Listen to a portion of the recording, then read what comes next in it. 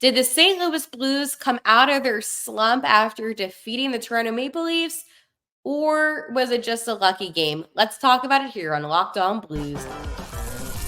Hey, this is Brayden Chen. Subscribe to Locked On Blues. You're Locked On Blues, your daily podcast on the St. Louis Blues. Part of the Locked On Podcast Network, your team every day. And welcome back to Locked On Blues. I am your host of Locked On Blues, Haley Taylor Simon, talking to you all things about our St. Louis Blues here on the Locked On Podcast Network, your team every day. Today is Tuesday, November 5th, and I know there's a lot to talk about. One, a new intro. Yes, that was when Captain Brayden Chen was in my city last week. I had him kind of do a little bit of a pre-recording for a couple projects that I'm working on, but one of them was making an intro with him in it. And then, of course, where was I yesterday? I was sick. I'm still sick. I don't sound 100%. I can't even hear myself speak right now, to be honest with you. But I physically could just not get in front of a camera yesterday and speak because my voice was shot. I did try, however, but luckily I have my voice back. It's later in the day. I am speaking kind of deeper because I'm trying to get my voice to come out.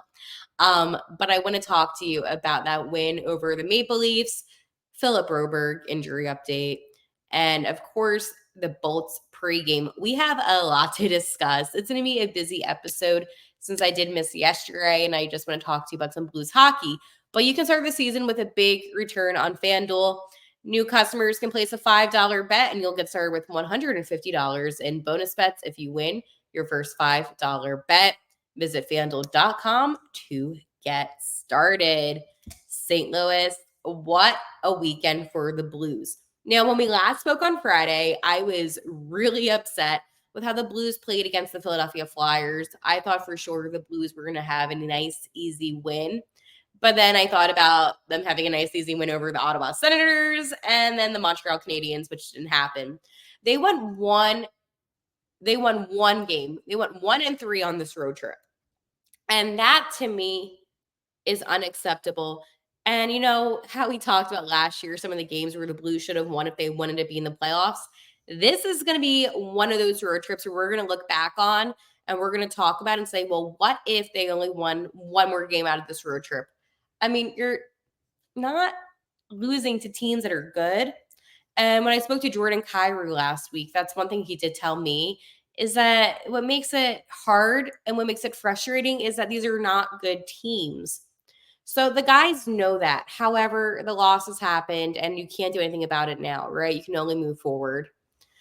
I was disappointed, incredibly frustrated. I only get to see the Blues play in person a couple times a year. So obviously that was not a good performance when they played against Philadelphia. And I was thoroughly disappointed in the fact that this team just looked boring and sloppy on the ice. However, I don't know what it is. Maybe it's because Chief was in the building, whatever. The Blues looked great on Saturday. So before I talk about the game, I need to talk about Craig Berube. How can I not? The Blues put it together a beautiful video package for Berube with his locker room speech and different monumental moments with his time as the head coach of the Blues. And the building was absolutely electric. And I was watching on TV, of course. And I also sometimes will listen to the radio call. I like to multitask, just depending on who's carrying the game. But on the TV, you could hear the building absolutely erupt inside Enterprise. And it was quite an interesting, I don't want to say it was interesting necessarily, but it was definitely very cool to hear, right? I personally, I'm still on that bandwagon of they wrongfully got rid of Craig Berube.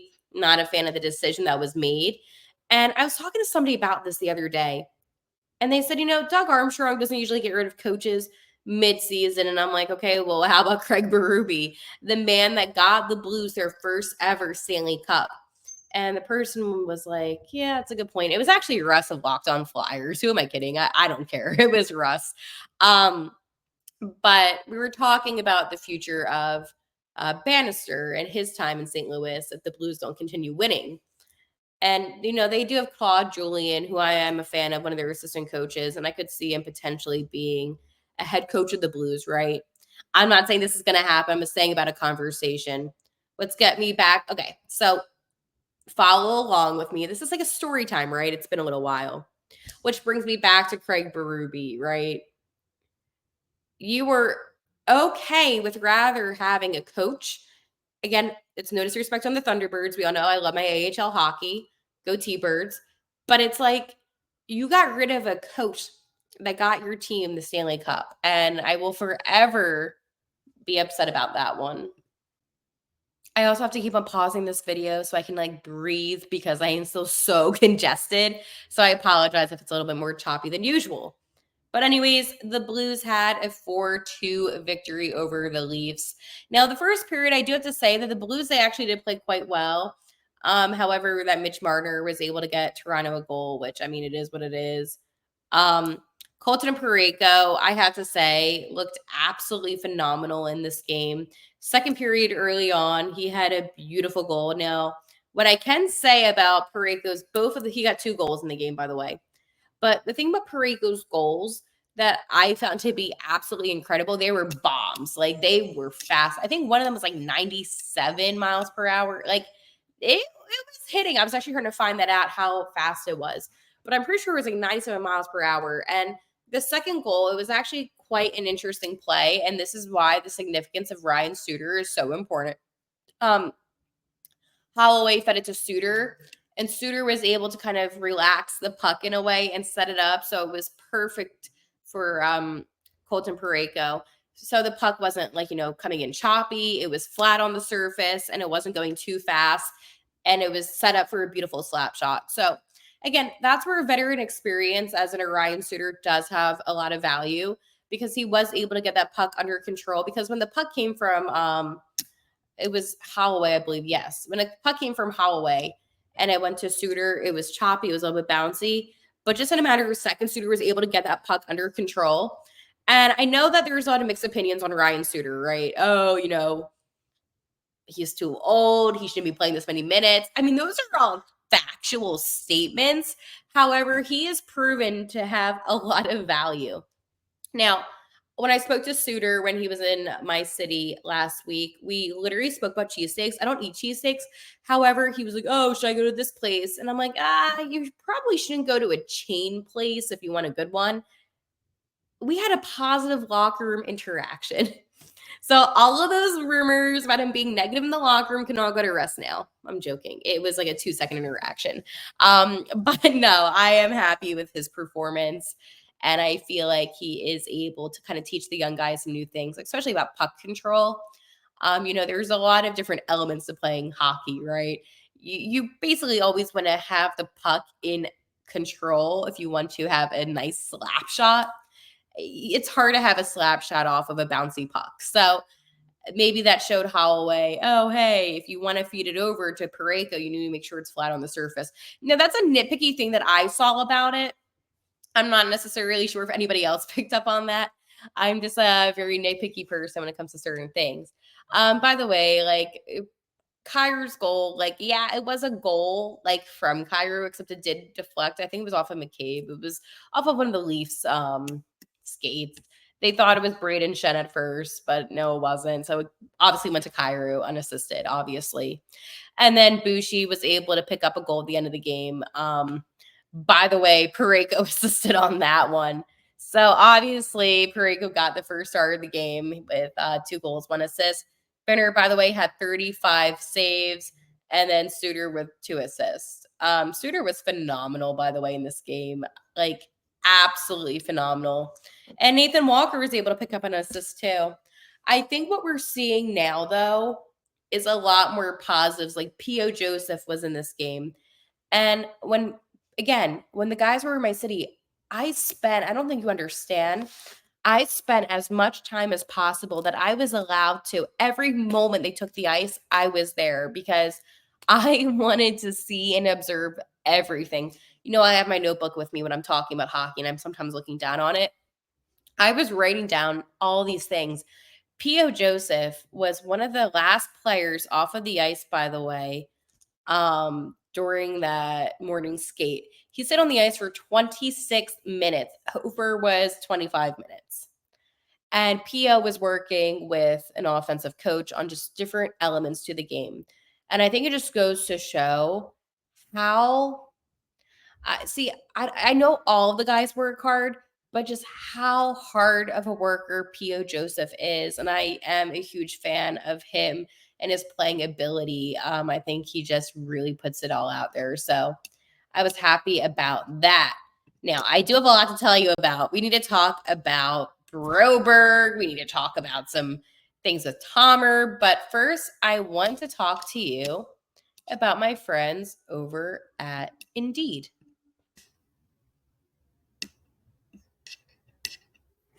If you need a hire, you need Indeed. Indeed is your matching and hiring platform with over 350 million global monthly visitors, according to Indeed data, and a matching engine that helps you find quality candidates fast. Ditch the busy work. Use Indeed for scheduling, screening, and messaging so you can connect with candidates faster. And Indeed doesn't just help you hire faster. 93% of employers agree Indeed delivers the highest quality matches compared to other job sites, according to a recent Indeed survey. One thing that I love about Indeed, it is leveraging over 140 million qualifications and preferences every day.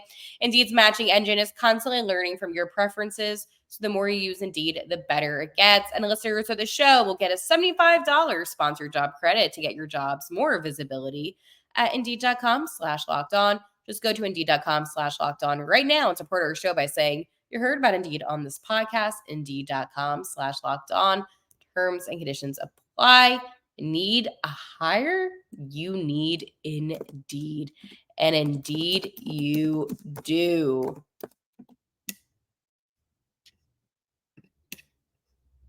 So I feel like nothing can always go right. Because Philip Broberg is now expected to miss up to 4 to 6 weeks with a lower body injury, according to Coach Bannister. So one thing I didn't talk about this game, because I had a whole segment on it, was midway through the second frame, Broberg actually, did it just got messy. Essentially, Mitch Marner is at fault because he fell on Broberg's legs along the board. And yeah, it wasn't good. But the injury looked bad, right?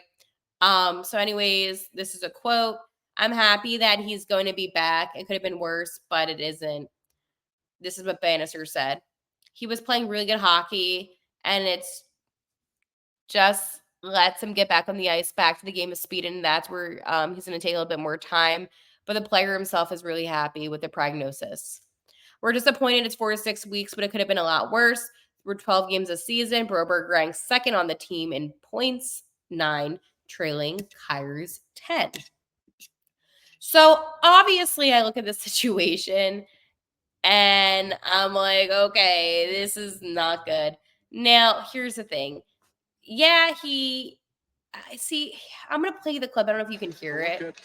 But essentially, what it was, it just looked disgusting. Like, you could tell all of Mariner's body weight, and he immediately grabs his leg.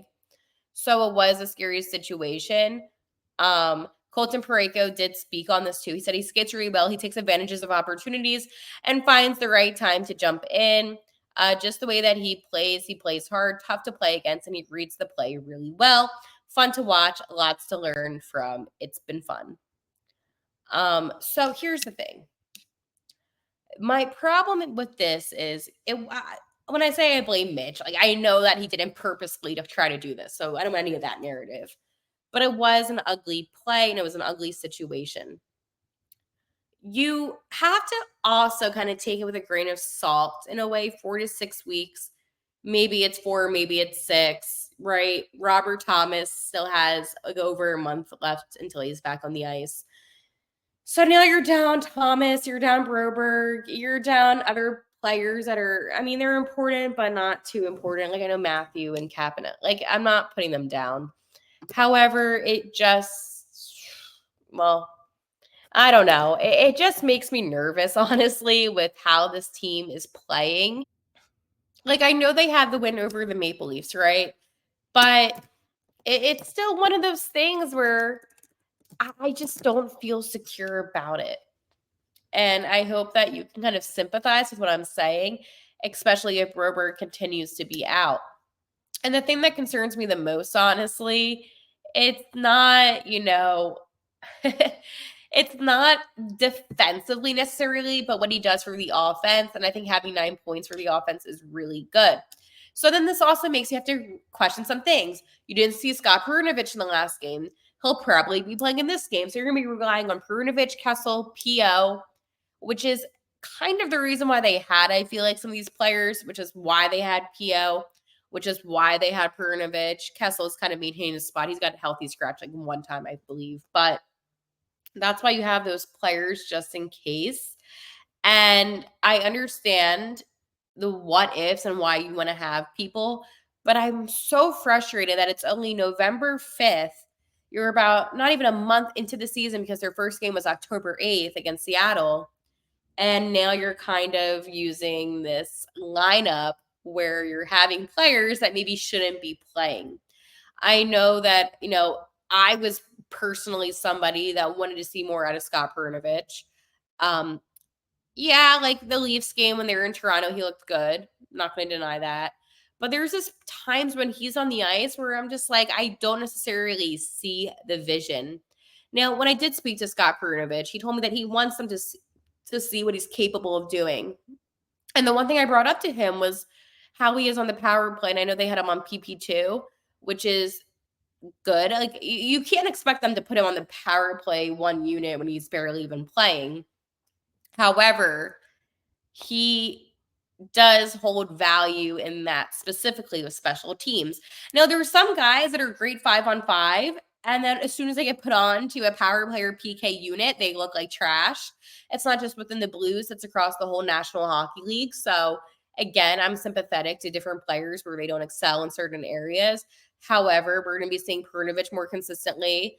PO, but I'm fine about PO just because I do feel like he is more talented than Perunovich. And Matthew Kessel, I mean, he's somebody that has me confused. He looked really good last season. And I know Russ, when he's talked to me, he's like, oh, he wasn't supposed to even be in the NHL. I understand that. However, this is the job that he has, and this is where he's playing. So I do expect him to perform how he did last season and to be consistent on the ice. And I feel like I don't always see that out of him. So as a fan, yeah, it's a little disappointing sometimes. It's a little frustrating. I think it's all of those emotions put into one. However, without Broberg, you're going to have to shift those lines. And that's why it's really interesting, right? Because Broberg, I mean, he had like the record of, the most points from, in a streak from like a new player. It was like something like that. And he was playing really good hockey. Now, more offensively, he was playing good hockey. Defensively, I mean, there's still a lot that he needs to work on. And I think that we have some Oilers fans who watch this podcast that have reminded me, oh, how was he on defense, Hale? And I'm like, okay, I get what you're saying. However, he does make up for it with his offensive play. Again, do I think Broberg is the best defenseman? No. I mean, he's fine, okay? He's 23. He's still young enough to where he can develop some more. And again, it was one of those things where Bannister and Doug Armstrong said, let's not put so much pressure on these guys because he's not Connor McDavid or, Draisaitl. Like, it's not like you're getting the best of the best. Now, I don't want Nurse from the Oilers, so I'm not kind of happy about that one. Darnell, no offense. However, you can't expect too much both on Broberg and Holloway. And I feel like a lot of pressure was put on both of those players. But I feel like I could go on a whole entire rant about that. And I feel myself losing my voice again. So I'm just going to talk to you about my friends over at PrizePicks. You can now win up to 100 times your money on PrizePicks with as little as 4 correct picks. PrizePicks is the best way to get action on sports in over 30 states, including California, Florida, Georgia, and Texas.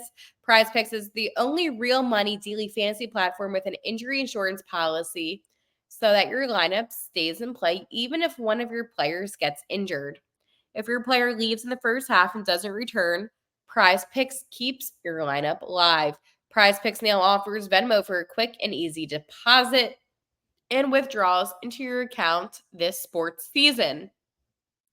Sign up today and get $50 instantly when you play $5. You don't even need to win to receive the $50 bonus. It's guaranteed. PrizePicks also offers weekly promotions that can lead to big payouts like Taco Tuesday. Each Tuesday, PrizePicks discounts select player projections up to 25% to provide even more value for your lineups. Think Connor McDavid gets more than half a goal next week. Austin Matthews for more than, let's go say, 1.5 goals this coming week. Cook up hot takes with your friends and win some real money this hockey season when you and your crew run your game on PrizePicks. Download the app today and use code LOCKEDONNHL and get $50 instantly after you play your first $5 lineup. Again, download the app today and use code LOCKEDONNHL to get up to $50 instantly after you play your first $5 lineup. PrizePicks, run your game. Really fast, speaking of Austin Matthews, did anybody see Craig Berube yelling at him? Like, I want to say this is like when the Blues played them at home, something like it was like 11 days ago. I keep on thinking about that moment. I don't think anyone's ever yelled at Matthews the way that Berube did, and it was really funny to me. I know some people don't like Austin Matthews, which I did not realize in the hockey community that was a legit thing. But it definitely was one of those situations that I was like, whoa, I was not expecting that. So yes, I shall get into this pregame. Blues and Lightning play tonight. And I have to tell you, I, however, am, I don't know how I feel about this. So P.O. Joseph, obviously he's in tonight's game. So let's talk more about it. I'm going to go over the lines. I'm just going to do the lines, okay? So on the first line, we have Brandon Saad, Bushi, and Neighbors. Second, Holloway, Shenny, Kyrou. Third, Turbachenko, Foxa, Bolduc. Fourth, Texier, Sunny, Walker. All right, so kind of running it back like the last game, right? Defense. Again, reminder, no Philip Broberg. You have Ryan Suter and Colton Parayko. That's your first pair, a pairing that I was never expecting to be the first pair. However, it is what it is. P.O. Joseph, Justin Folk, Scott Perunovich, and Matthew Kessel. Binner in net. So and they're at home. The whole thing with P.O. Joseph is that, I mean, he's getting a chance to play a Folk now, and this is a huge opportunity, especially from a guy that was in and out of the lineup. I feel like this is one of those opportunities where he needs to take it and run, and I am excited for him. I just feel like there is a lot of trust instilled in him, and I feel like that's actually quite a good thing that they have. So most recently, by the way, the Lightning on Sunday fell to the Jets 7-4, but we know how good Winnipeg is. Well, it doesn't matter because the Wild, I mean, they beat us too, beat the Lightning 5-3. And the Lightning have been on the road, by the way. They started this road trip off against the Avalanche where they did win 5-2. And this is their fourth and final game on the road before returning to home. But when I look at the Tampa Bay Lightning, right, they do have 14 points. And I know what you're thinking, oh, well, that doesn't matter. No, it doesn't really matter where they're at right now in the Atlantic. However, what does matter, and at least in my opinion, is how they're playing. And they're playing like a fast team. I mean, they have a couple guys in their roster who I do like a Braden Point. I'm a big fan of him. They have Connor Geeky, who's actually been performing well. Andre Vasilevsky, obviously, is another one that I great in net. They do have Cam Atkinson on the wing. Big Cam Atkinson fan here. So good to see Cam. But they just have a bunch of these younger players that are actually performing quite well. Again, Nikita Kucherov, obviously, like their biggest name since they let go of Stammer, who was their captain. And, Steven Stamkos went to the Nashville Predators. But the thing with the Tampa Bay Lightning is that they are a fast team and the Blues need to slow them down. And I think that's one thing that gets me nervous about the Lightning. I mean, that first line, you have Brandon Hagel, who, again, one of those players that's good. And then you go on and you have Nikita Kucherov on the right wing. Now, the way that I see that and matching up against the Blues is that you have Ryan Suter and Colton Parayko. Now, Colton Parayko can definitely keep up with Kucherov. However, it does make me nervous, again, when you have a matchup with a Hagel, maybe a Suter, but I don't know who's starting. These are just the lines. I'm just like predicting. Victor Hedman on defense, honestly, he's a great player. So that makes me, again, a little nervous. I know I say that a lot, but like sometimes I get nervous and then I don't know, like, no, again, the way that I take away how the Lightning are playing is they're not a bad team. They're not. So I think at the end of the day, if the Blues are able to speed them down, they're able to rally points up right away, that'll be fine. But at the end of the day, I mean, the Lightning are pulling out wins, even if it's an OTs, and the Blues need to get some points. So that is today's matchup. I predict, though, that the Blues are going to continue on the momentum from Saturday's game, and they're going to win. Give me a 4-3 victory in OT. It's going to be an OT victory. So extra minutes of Blues hockey. All right, I'll talk to you tomorrow. Hopefully I'll have more of a voice and I don't sound as congested. But until then, let's go Blues.